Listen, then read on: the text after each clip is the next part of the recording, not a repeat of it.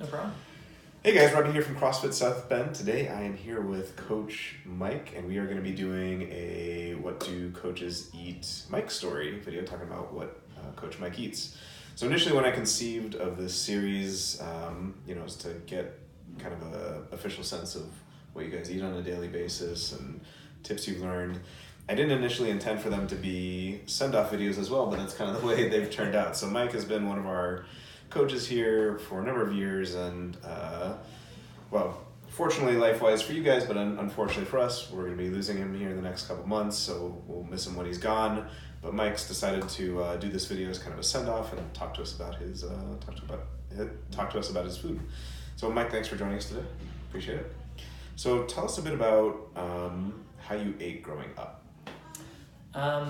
So I'm the youngest of 9 kids.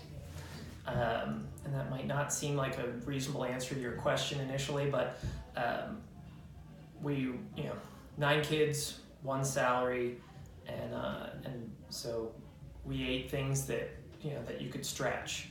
So breakfast every morning was cereal, but you had to have, if you were going to have a second bowl of cereal, you couldn't have a second bowl of the sugary cereal. You had to have a healthy bowl of cereal. Right, so if you started off with, Lucky Charms, you had to go to cornflakes next before you could come back to the Lucky Charms. Right. So that was always breakfast, and then lunches were peanut butter and jelly every day. Peanut butter and jelly, like I can count without taking my shoes off how many times I had a sandwich other than a peanut butter and jelly through grade school. Small bag of chips, some cookies, Oreos, Chips Ahoy, something like that. Maybe a bag of peanuts, and a soda. And that was, so it's, knowing what I know now, not particularly healthy, but, it got the job done. Right. And then dinners tended to be a lot of pasta. Pasta was kind of the base for, I would say, 70+% of the meals for dinner, just because it was cheap and you could cook a whole lot of it and it went far. So, but always a protein along with it. And, my mom always made her own bread. You put some butter on, just butter, maybe some jelly on a nice piece of fresh bread. I mean, she would something like 4 loaves every single day. Wow. It's like the reason that I got the same thing for breakfast or for lunch every day was all the kids got the same thing for lunch every day, because she couldn't have 7 kids in the kitchen in the morning making lunches. So she'd start off and she'd cut up 2 loaves of bread and lay it all out and do all the jelly and do all the peanut butter. So there was always enough food. People always ask me, oh, did you have to fight for table scraps? There was always plenty of food, but it did tend to be a lot of pasta based stuff. Gotcha. So we'll talk in just a second about what you're eating currently, but tell us about your transition from starting to eat healthy, whatever that initially meant, to now. Like, what's that transition been like? So my first introduction to kind of CrossFit and the ways of eating that have developed through CrossFit and through that community, through the paleo community, etc., actually came through my girlfriend at the time. This was 2009, maybe about 2009, and that was when the Zone was king. So I had just recently moved to Seattle, and I'm homesick. First time living away from home. Like I hadn't, I went to college pretty close to home, and so I was trying to reconnect emotionally to home through that old food. So then I'd go ahead and I'd make one of those pasta dishes. My girlfriend's going, oh, well, I don't really want to eat too much pasta. I want to try and make sure I've got the right protein, carbs, fat thing going on. And I'm like, this is ridiculous, and I'm getting emotional about it because, like, I made cheese sauce.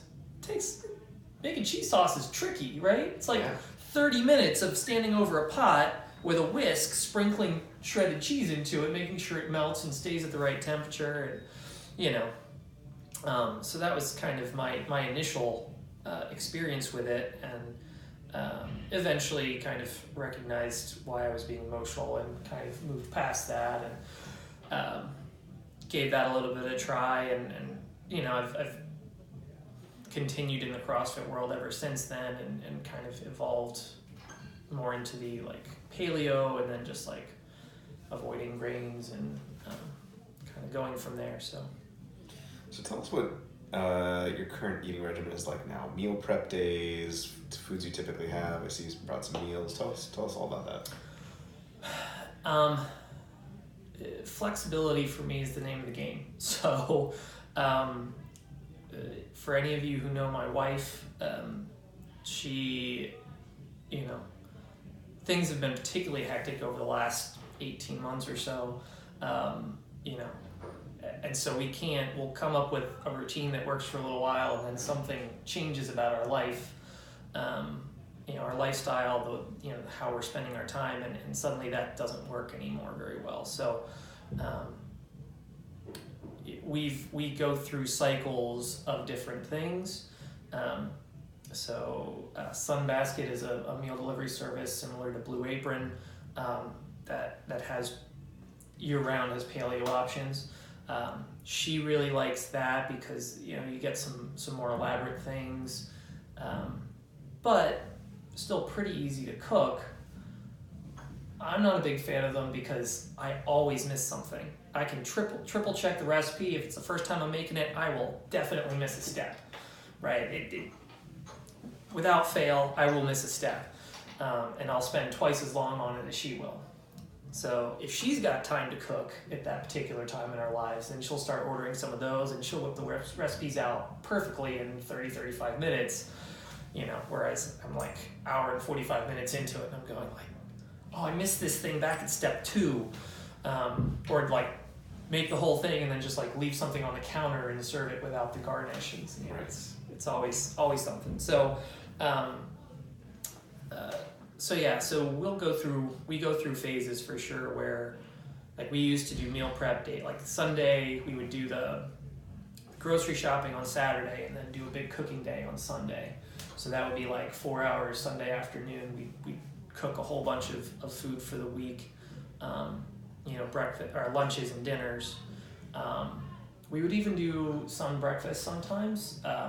You can do a frittata, but just mix a little bit of coconut cream into it. Yeah. And then they call it a paleo quiche. Right. And it's like, okay, well, it's just a frittata that's not dry. Right. I don't like frittatas because they're really dry. But you add a little bit of coconut cream in there, and suddenly they become much more palatable. But breakfast typically are just some sort of we'll do it on the fly, some sort of breakfast meat and eggs. But we do try and prep something for lunches and dinners. And then if we don't have time on the weekends, then it's like, okay, well, we're gonna have to come up with plans for easy things. We're definitely foodies, so that it's kind of nice. Honestly, it's like tonight we're gonna have steak and kale chips.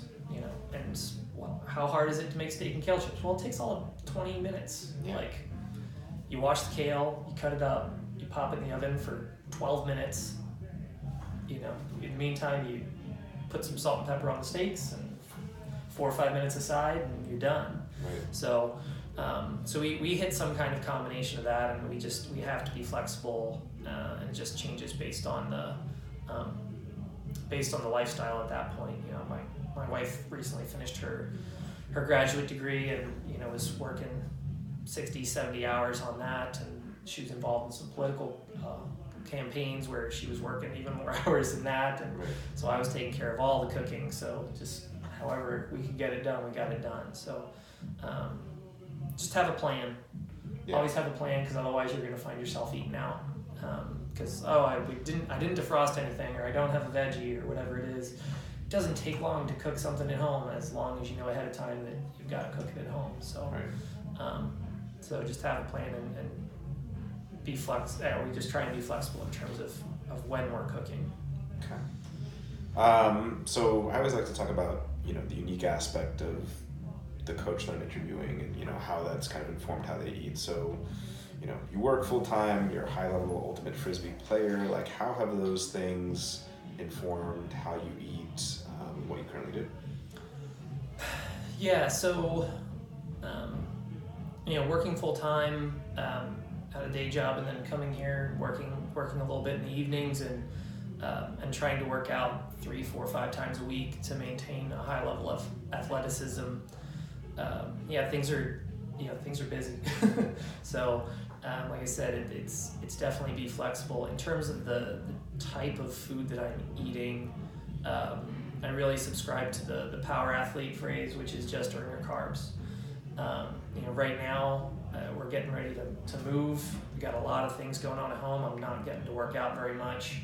I'm nursing a couple injuries. I smashed my thumb the other day just doing a box jump. Got too close to the box, and so when I'm not doing that, I try and cut back on particularly my carbohydrates, but my calorie total in general. Mm-hmm. And for me personally, the easiest way to do that is just skip breakfast. Yeah. It saves me time, and I find if I try and just like have a little bit of food for breakfast or a little bit of food for lunch, then I like gorge at dinner, because I like the feeling of being full. Yeah. So like having a little bit of food to me is almost counterproductive.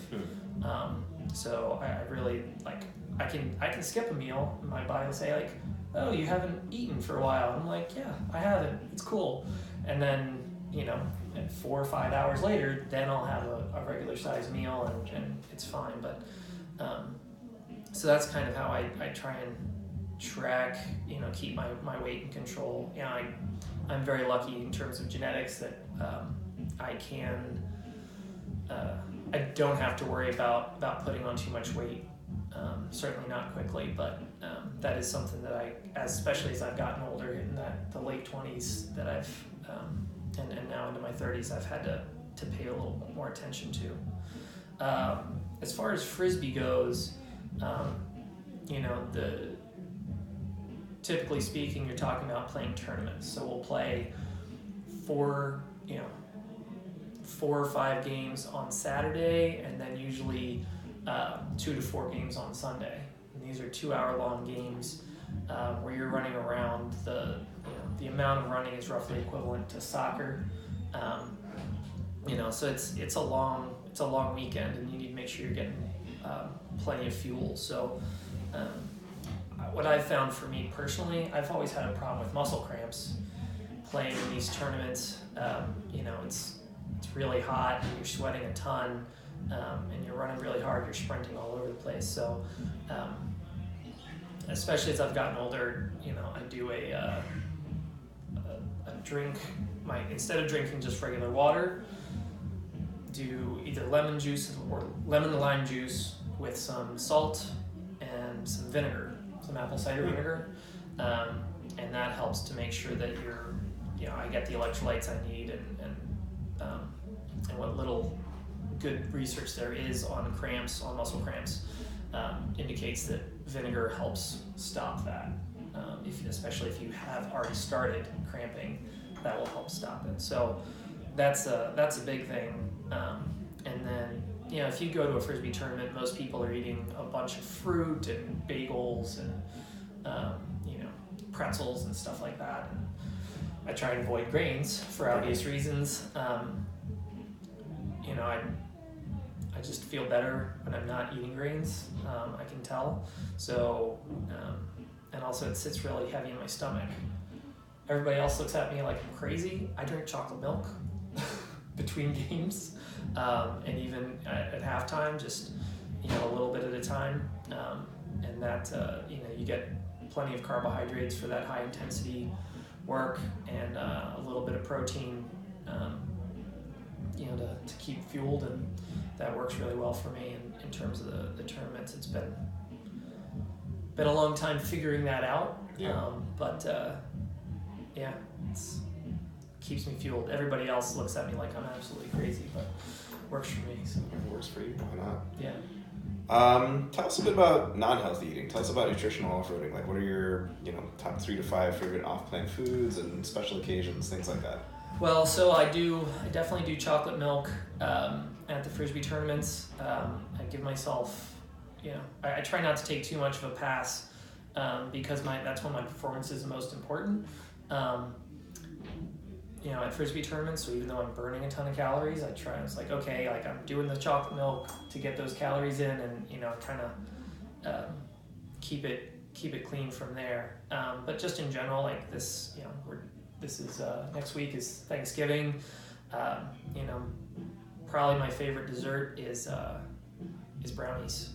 So the Giardelli's. Yeah. Giardelli's brownies with the chocolate chips in them. There are a bunch of good gluten-free brownie recipes. So try not to make them at home because then I'll eat them. But I don't have much of a sweet tooth, so I'm pretty good about that. There are a couple desserts that if I happen to run into them, I'm gonna have them. Yeah. My mom makes a gooey butter cake.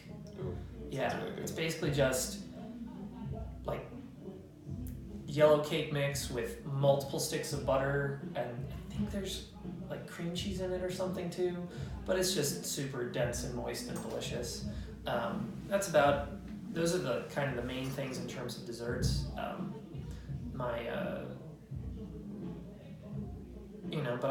I love a good pizza. I'm lucky in that I don't have any foods that I feel like I really can't live without. There are some things that I miss. Like I miss a good piece of fresh bread with butter on it, like simple things like that. But most of the really good things, good foods are just easy. Easy, simple, healthy things like pasta by itself doesn't have much flavor. So if I want a nice spaghetti sauce, you can do a zucchini noodle or a spaghetti squash, and, eat it on that. So I'm pretty lucky in that respect that it's always hard to say no to a food when it's in front of you. So I'm very lucky in that my wife and I both eat pretty healthily. So we just don't have it in the house. I guess the biggest thing that we do that's kind of non-paleo on a regular basis is cocktails. Okay. So we do, we're kind of a whiskey tequila household. I make the cocktails in the house, and they're very, the term we use is booze forward. We got that from a bartender. We don't use simple syrup, or sugar of any kind, hardly anything. It's things like, the sugar that's in them just comes in the liquor or the liqueur that you're using. So, the Manhattan's got some sweet vermouth in it, or, my margarita, the only sugar you're going to get is from the orange liqueur. So, get to taste the liquor, and you have one of those drinks and you're pretty set. So. Yeah, does the job. Yeah, so that's probably the big one is the cocktails. Gotcha. I guess the last thing is any final thoughts or any advice for anyone out there who is looking to change their habits. Any things you found over the years. I would say one of the biggest things that I found is just, and there are a number of ways to phrase this, but just kind of decide that this is who you want to be. If I decide that eating healthy is part of my identity as a person, right? I've made that decision. I make that decision once, and I don't have to make the decision ever again. So like, if someone brings donuts in, and I've decided that I don't eat donuts, I just don't have a donut. If someone brings in cookies or pasta or whatever it is, and I've just decided that I don't eat that stuff as part of who I am, and you make that part of your identity, it just simplifies the process. You don't have, it's not a draw on that willpower. It just makes your life a lot simpler. The decision's already made, right? It's not like, oh, somebody brought this in, so now suddenly I have this decision to make. Do I have it or not? It's like, no. It's like, I just don't eat that. There are a lot of ways to another way to phrase that is just decide once, right? Like, I just don't do that. Yeah. I don't eat cookies. I don't eat donuts. Whatever it is. So. That's a good one. I haven't quite heard it put like that before, but I like that. So I mean, it's cool. Well, thank you so much for sharing all this stuff with us. I really appreciate it. We're definitely gonna miss you when you guys move. Yeah, I've been here for over 5 years. Been coaching here for over 4, and it's a great place. I've learned a ton from the other coaches and the clients here, and really enjoyed my time. And I'm gonna miss you guys. Hopefully we'll be not too far away during the summer, so hope to make it back periodically. Awesome. Well, thank you so much again for doing this. Did you want to see the meals? Yeah. Brought a couple things. Yeah, why not? Since I brought them. So these are some of the things that we will do on meal prep. So this is marked Mike's marinara, because we have a couple different marinaras. And this might not look like much, but I just pulled this out of the freezer this morning, and I can make a gallon. I've got an 8-quart pot. I'll make a gallon and a half of marinara. It takes about an hour of prep time, and you let it cook for a while. I can do that with chili as well. And then this is a cheesy chicken casserole. For those of you who've been around for a while, we did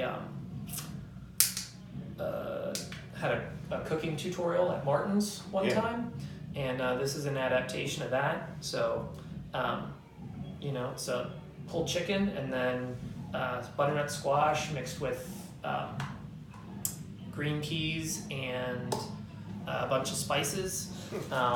Was the original recipe, and then I added some broccoli to it because I love broccoli and cheese sauce, but making cheese sauce, as we discussed earlier, is kind of a pain. So, and it's pretty similar that way. So, just try and sometimes once you get comfortable cooking, you follow a recipe till you're comfortable with it, and then you can kind of play with it and mix it up. So, and that stuff doesn't take very long. You can cook a whole bunch of it all at once, and so definitely try and. That's the kind of things we'll do on the weekends when we are prepping. So. Yeah, it just goes to show with all you guys have going on, you can still eat good, tasty food. Yeah, and it's super. Just pop it in the microwave at work and heat it up, or even for dinners. So yeah. Awesome. Well, thank you again for joining us. Appreciate it. Yeah. Guys, thanks so much for tuning in. We'll see you next time. Thank you very much. I appreciate it. You're welcome. Yeah. Sorry. At one point.